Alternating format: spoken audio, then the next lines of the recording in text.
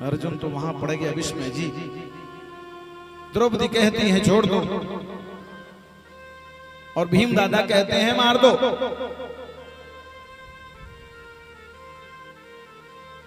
युधिष्ठिर महाराज क्या कहना है भैया आपका? बोले देखो भैया, धर्म तो यही कहता है कि जो बालकों का हत्यारा है वो तो दंड का अधिकारी है ना। और कन्हैया भी वहीं खड़े हैं। अच्छा, इनसे कोई जब तक नहीं पूछता तब तक ये बिल्कुल नहीं बोलते। अगर इनसे कुछ फायदा लेना हो तो कहो इनको कि प्रभु हे ठाकुर जी ये चाहिए हमें।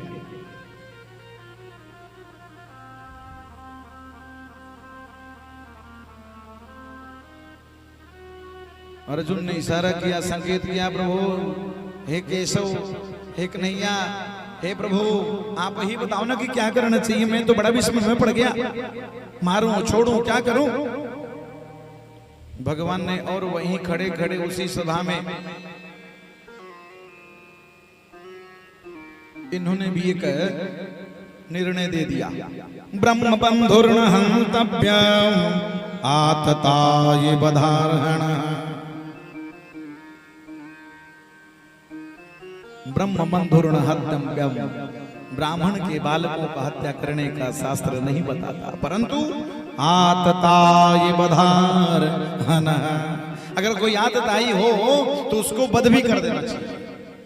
यानी हे अर्जुन इसको मार भी दो और छोड़ भी दो। भीम दादा हंस गए, भैया कोई जजमेंट करने वाला हो तो इनके तरह हो।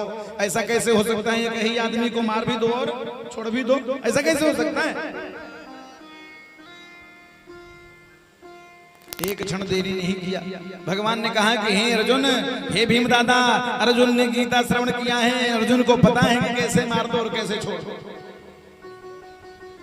और तुरंत भगवान कृष्ण का इशारा समझते हैं अर्जुन, और इनको क्या करते हैं, जो मस्तक में मणि है वो निकाल लेते हैं और उसी सभा में इनका सिर मुंडन कर देते हैं।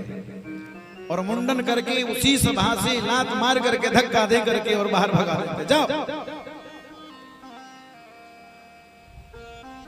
यानी सभा में अपमान करना भी मृत्यु समान होता है। तो मार भी दिए अर्जुन ने और छोड़ भी दिए। जा रहा है अपमान सह करके, मन ही मन सोचता है कि अरे भैया ये सभा में क्या अपमान करेंगे, हमने भी तो कुल में किसी को नहीं छोड़ा, क्या याद करेंगे वो सब पांचों पांडव। मन ही मन सोचते हुए जा रहा है कि मैंने किसी को नहीं छोड़ा है। अंत में याद आया कि अरे अभी एक तो आने वाला है। कौन? बोले जिस समय अभिमन्यु की मृत्यु हो गई थी उस समय उसकी पत्नी उत्तरा कि गर्भ में एक बालक तो होने वाला था। उस समय गर्भवती थी, वो बालक अब होने वाला है। तो उसने क्या किया, उसने वो बालक हत्यारे ने, अश्वत्थामा ने, कि उस बालक के गर्भ को निशाना बना करके और वहीं से ब्रह्मास्त्र चला दिया और ब्रह्मास्त्र चला करके छोड़ दिया। और यहां क्या हुआ, उत्तरा के गर्भ में जलन होने लगा।